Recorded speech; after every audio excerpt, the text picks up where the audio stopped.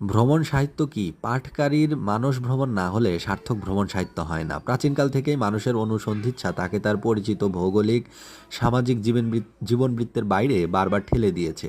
কেউ পাহাড়ে, কেউ জঙ্গলে, কেউ বা সাগরে বা মরুভূমিতে পাড়ি দিয়েছে। এই সব ভ্রমণ ও পর্যটন, নানা দুঃসাহসিক অভিযান ইত্যাদি থেকে জন্ম নিচ্ছে ভ্রমণ সাহিত্যের নানা স্বাদের লেখা।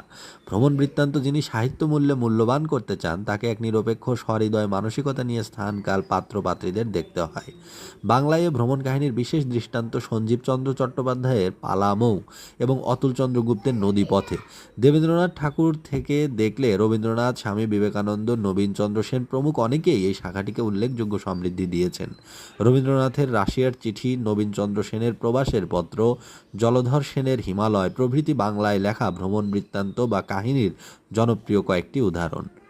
তো এই অংশটুকু পড়া হলো ডক্টর সৌমিত্র শেখর রচিত ভাষা ও সাহিত্য জিজ্ঞাসা বই থেকে।